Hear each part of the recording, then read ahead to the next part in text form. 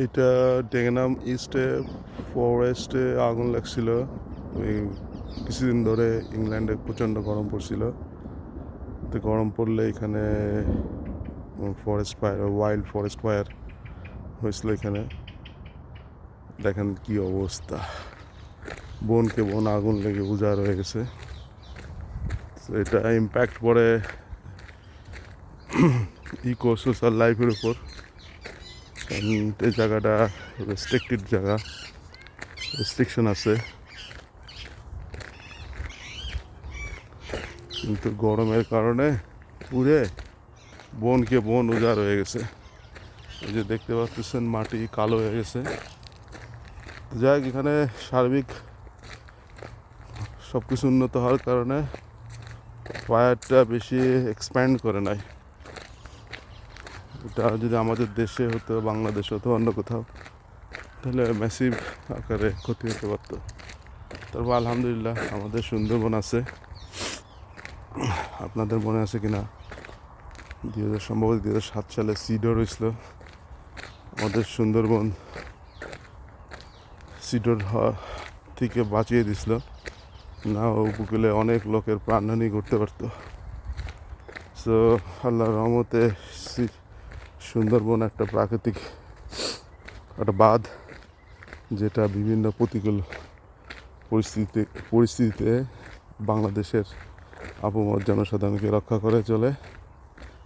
তাই আসলে পরিবেশ সম্পর্কে আমাদের সচেতন থাকতে হবে।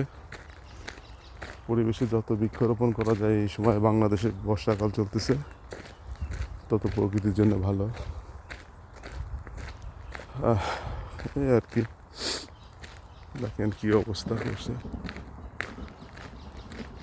ফরেস্ট। আমি এখানে প্রায় হাঁটি, আমার খুব ভালো লাগে এখানে হাঁটতে।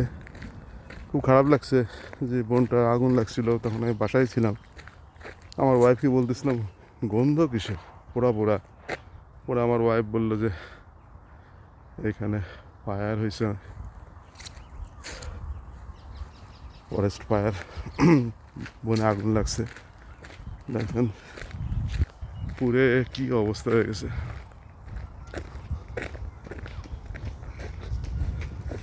খুব দুঃখজনক। কিন্তু গরমও পড়ছিল, ইউকেতে প্রচণ্ড গরম পড়ছিল, সারা ইউরোপেই।